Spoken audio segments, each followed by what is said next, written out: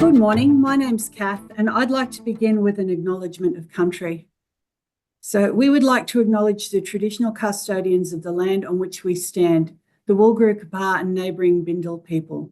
We pay our respects to the elders past, present and future, for they hold the memories, traditions, customs and hopes of our First Nations people.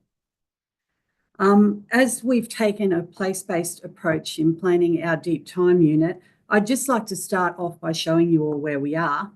We're based in Townsville in North Queensland, but the diocese that we teach in takes in territory north of us up to Ingham, all the way out west to beyond Mount Isa and down south as far as the Whitsundays.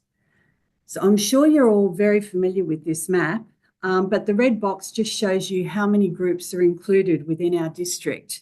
And we needed to be mindful of this in how we approached our Deep Time unit, especially given that some of our students come from even further afield from here.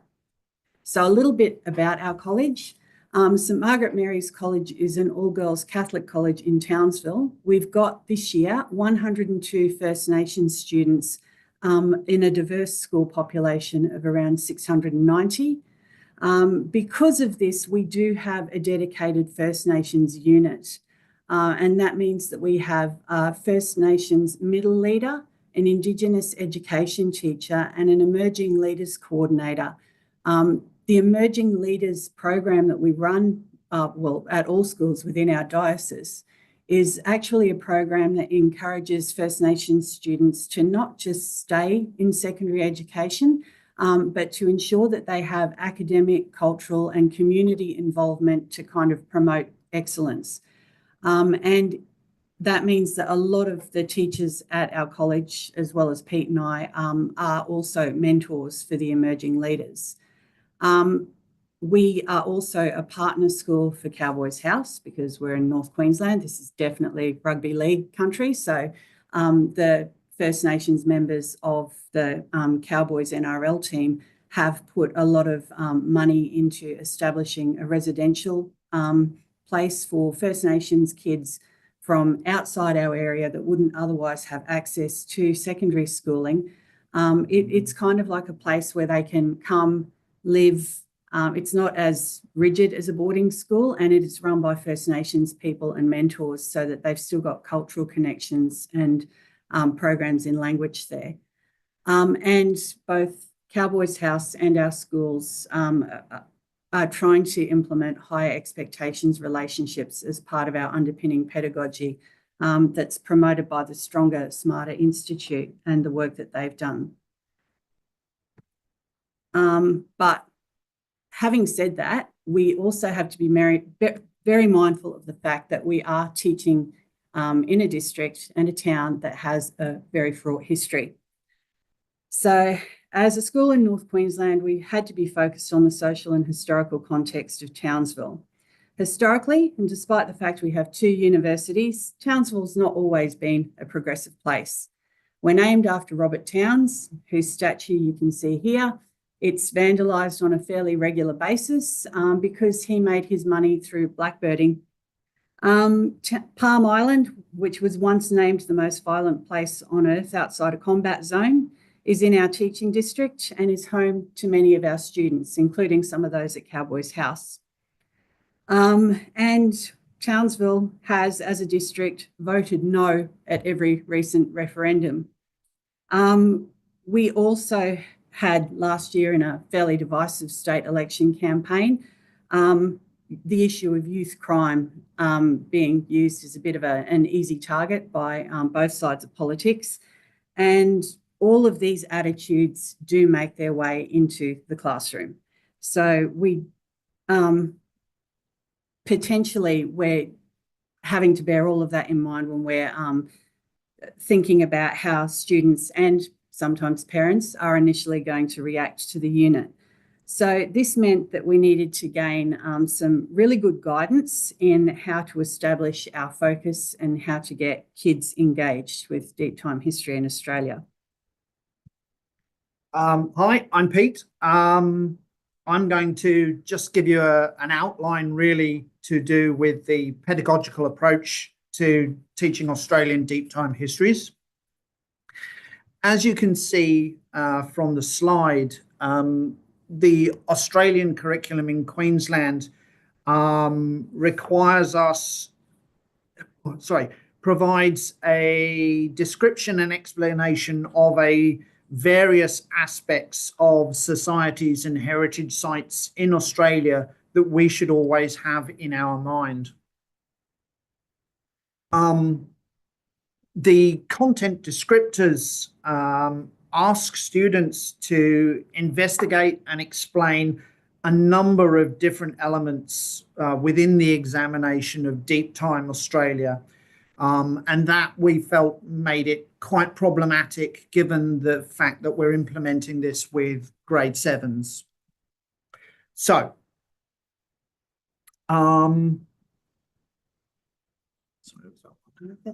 okay. We wanted to make this unit as exciting and as accessible as possible. This for our year 7s is obviously their first high school history unit. And it really needed to try and hook them in. We rolled this out last year, and students have, on the whole, generally really enjoyed it. However, we deal with a wide range of abilities, and some struggle with the larger abstract concepts. Firstly, time itself is a pretty difficult thing for a grade 7 to try and get their tiny little head around. So we have tried to implement the idea of start big and then go small. So by the end of it, we have a local focus for the assessment that helps them situate their studies somewhere that they know, and also helps to emphasize the idea that history happened here. Okay, so we approached our planning with these considerations in mind. So we needed something that engaged the kids and the teachers. It needed to be something that we could resource easily and that was fairly easy to deliver, especially given that a lot of teachers are teaching outside their chosen area or their comfort zone. We also needed to bear in mind that for some students, they're learning in their 3rd or 4th language, and that some of this is quite abstract. So we wanted to try and make it as hands-on as we could so that kids could see the relevance. And we were working within 2 broad pedagogical frameworks. First of all, the gradual release of responsibility, where eventually, the responsibility is going to be over to the kids.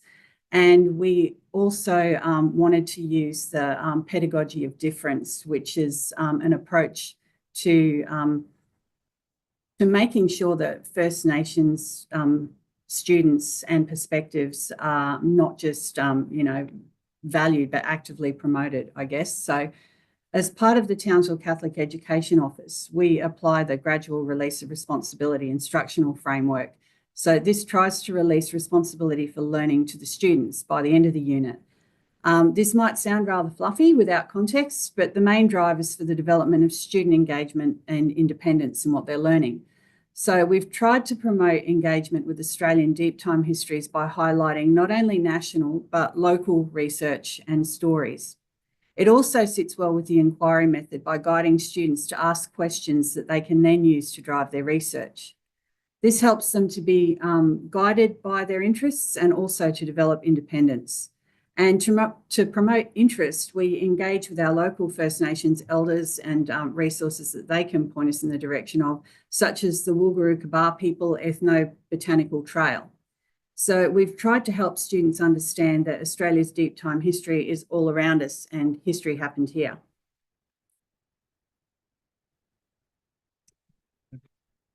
That one?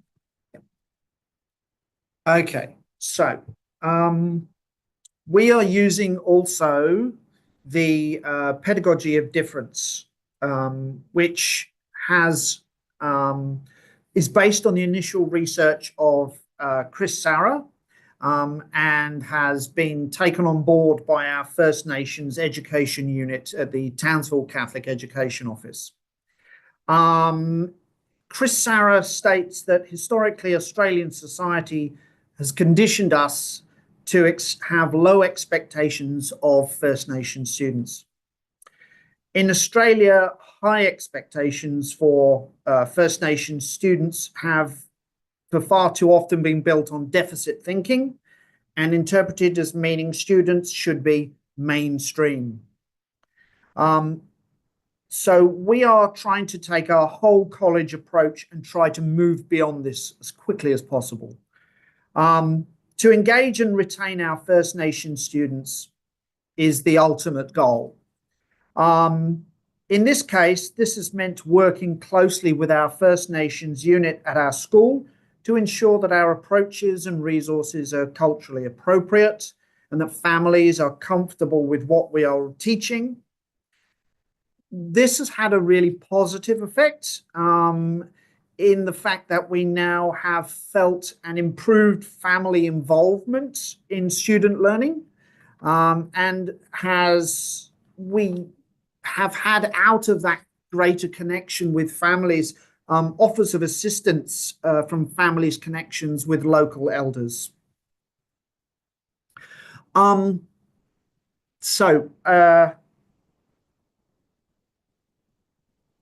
We have, we have within our sequence of learning, as I said, gone with this idea of starting big and then going small. So we have a final focus on the idea of changing community in Townsville or Gurrumbilbara. We have tried to tailor our content and activities to be specific to our place and to our students. We want to include as many practical and hands-on learning experiences as possible in order to engage our students, so that they see relevance and reality in the study of First Nations history. This coming out from this unit so that it doesn't just sit there on its own, which we feel was just incredibly detrimental. When we like to see a progress through and across different curriculum areas. In grade 8, the students engage in a cultural day where they go to Mangala, which is a station about an hour's drive north of here at Mangala, where they participate in a number of different activities, guided by the First Nations custodians of the actual Mangala station. It's won a number of awards for its work with the environment. So idea of trying to bring back in some of the First Nations care for the land, etc. And then also we have tried to liaise with other faculties to create for our year 8 students, or liaising with our science department. They now have a unit about the use and benefits of First Nations fire stick farming, which the students really have found very engaging and enjoyable. We hope to develop this acknowledgement of our scientific and environmental knowledge within our First Nations people, so that we can get in the inclusion of more cross-curricular links such as astronomy, engineering, chemistry, environmental science, dance, art and design. So one of the questions that was posed to us is what's worked well for us. And we've been very lucky in that we've got our First Nations unit at school. So they've been very helpful with a range of activities and resources that we can do at school and within our local community. So our students are already familiar with yarning circles. So this is a good opportunity to integrate them more into our learning sequences. We've also called on community networks to help us set up living museums and set who do you think you are type activities, so we can look for those links to place, and also how long, even within, you know, the recorded history of some of our families, people have been in the area. Truth telling and family law have all helped us to get parents and other community members engaged in interest with the unit. And we're finding that the longer that we work with this, we are able to establish stronger links between home and school. So we have also been helped with this through recent James Cook University. James Cook has a very large presence in Townsville, a large university campus, etc. So there have been a number of recent university archaeological finds which have enabled us to promote important links with the local area. We'd love to be able to work more closely with the university, but that's just not happening at the moment, unfortunately.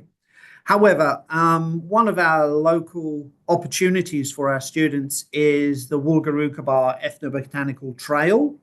It is an award-winning tourist trail which is situated at one end of our, what we call the Strand, which is effectively the seafront area of Townsville. Okay, it is an award-winning tourist trail which has been funded by Townsville City Council. It enables us to get students out and moving and involve them in seeing things in a different light, and also things in a local area that they may not have even considered as important. So, for example, there are displays on fish traps, etc. This enables them to see some change and continuity more clearly within our community. We have also worked hard with community consultation that went into developing our unit. And so we have liaised with a number of local elders, including Uncle Russell Butler, who is always happy to share local law with our students and visits our school as one of the elders, and will visit our school and have talks with students on a regular basis. And he's always happy to work with us on various things. Our First Nations unit has developed staff professional development based around this, generally one evening during the year for twilight professional development. We will go and do this botanical trail and get shown around by various local First Nations elders and guides.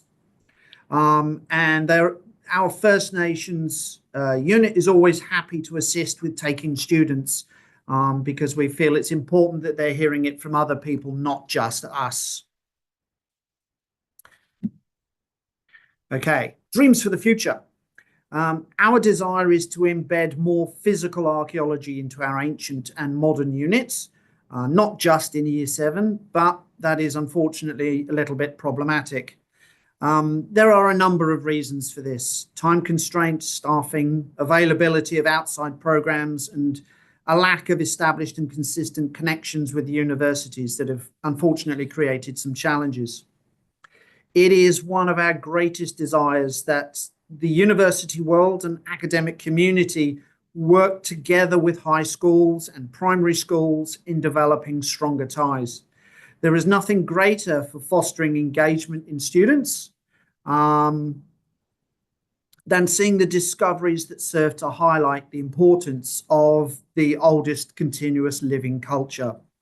Additionally, for those students who are not fond of book learning, it is a fantastic way of getting them to witness, understand, and develop a different way of learning.